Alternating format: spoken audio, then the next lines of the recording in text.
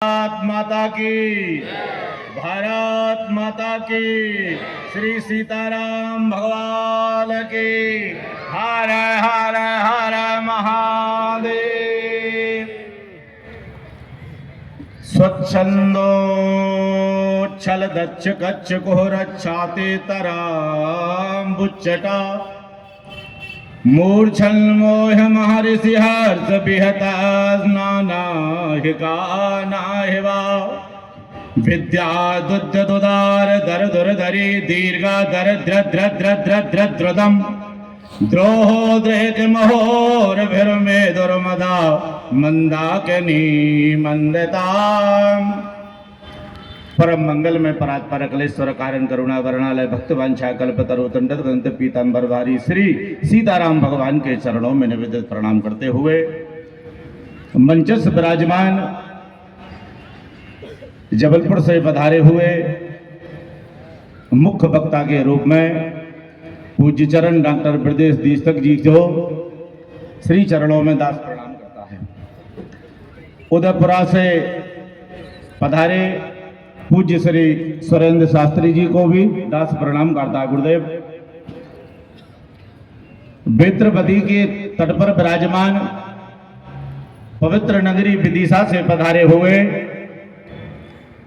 आदरणीय, अगर किसी को विनम्रता सीखना है तो हमारे बटुक जी से पूछिए। विद्या विनय संपन्ने ब्राह्मणे कवि हस्तनी सुनुई च सुपाके च पंडिता समदर्शनम। जिस तरह से वृक्ष में फल लगने के बाद में वृक्ष अपने आप झुक जाता है, ऐसे बटुक जी विराजमान है। मैंने जीवन में बहुत वक्ता देखे हैं और बहुत वक्ताओं से मिला हूं मैं, लेकिन बटुक जी से मिलने के बाद में ऐसा लगता है जैसे हृदय से मिलने के बाद में भगवान का साक्षात्कार हो गया। ऐसे पूज्य बटुक जी विराजमान है। मलुकवारे महाराज जी के परम प्रिय शिष्य आदरणीय श्री विवेक आचार्य जी, मेरे परम प्रिय मित्र आचार्य रविंद्र पांडे जी, आचार्य रवि शास्त्री जी, भोपाल की धरोहर और ज्योतिष के बड़े अच्छे प्रखर विद्वान डॉक्टर अरविंद पचौरी जी, आपको भी दास प्रणाम करता है। राजपुरोहित जिनकी एक वाणी में ओजस्वी और तेज है, ऐसे हम डॉक्टर मनोज शास्त्री जी, भोपाल के व्याकरण आचार्य जो मूढ़न सा विद्वान हैं, उन्हें सुनने के लिए लोग बड़े ललाहत रहते हैं। ऐसे हमारे बड़े प्रिय मित्र पूज्य योगेंद्र शास्त्री जी,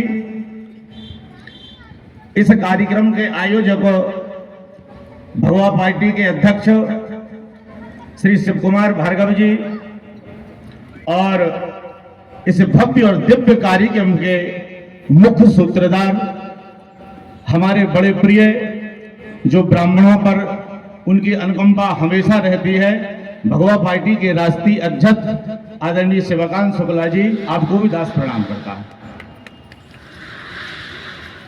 देखिए, इससे पहले भी और भी धर्म समाएं हुई हैं, इस युग में नहीं उस युग में भी हुई है। पूज्य यहाँ आचार्य जी सब विद्वान बैठे हुए हैं, यहाँ तो बोलना कोई ज्यादा नहीं रहेगा, लेकिन इससे पूर्व में भी धर्म सभाएं हुई हैं। और उस धर्म सभा में पहला प्रश्न केवल यही पूछा गए थे कि धर्म की परिभाषा क्या है। आदरणीय बटुक जी बैठे हैं।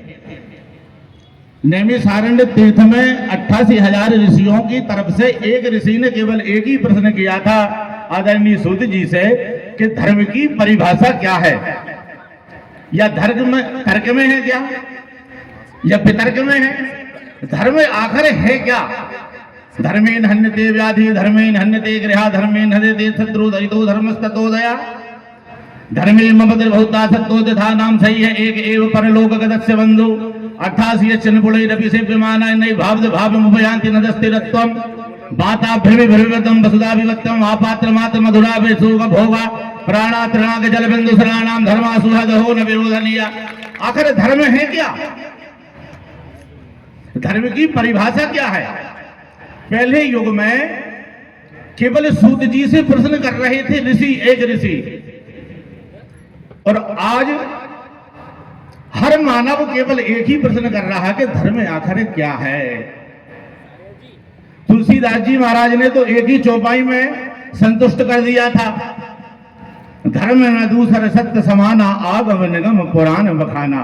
सत्य से बढ़कर कोई धर्म नहीं है और असत्य से बढ़कर कोई अधर्म नहीं है। गौ पे हो, एक चमन ऋषि थे। यहां महाभारत की कथा है, बड़ी अच्छी कथा है। चमन ऋषि जल में समाधि लेकर के और तपस्या कर रहे थे। कुछ मछुआरे आए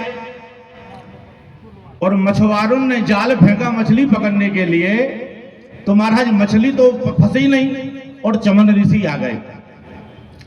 चमन ऋषि ने कहा मल्लाहों से,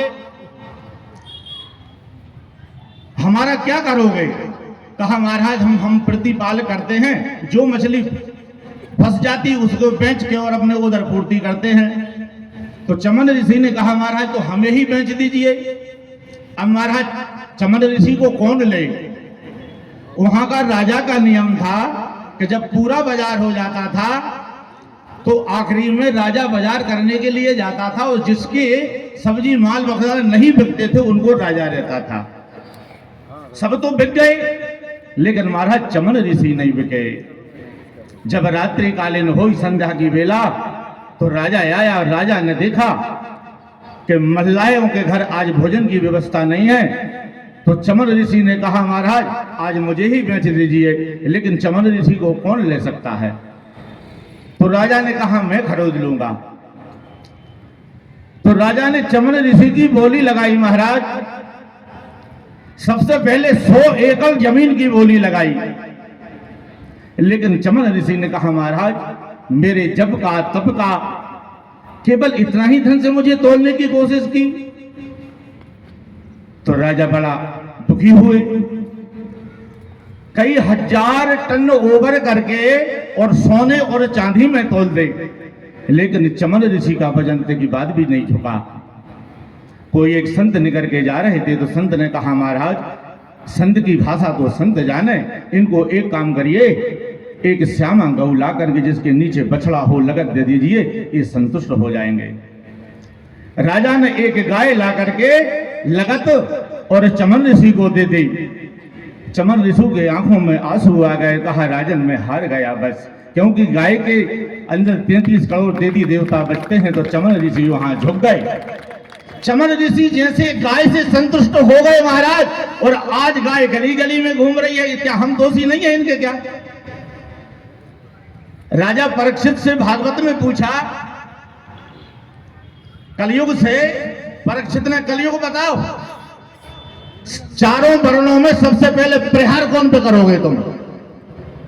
तो कलयुग ने कहा महाराज जो कर्मकांडी ब्राह्मण है सबसे पहले प्रहार उन पे करूंगा। कहा दूसरा प्रहार? कहा गौ पे करूंगा। कहा क्यों?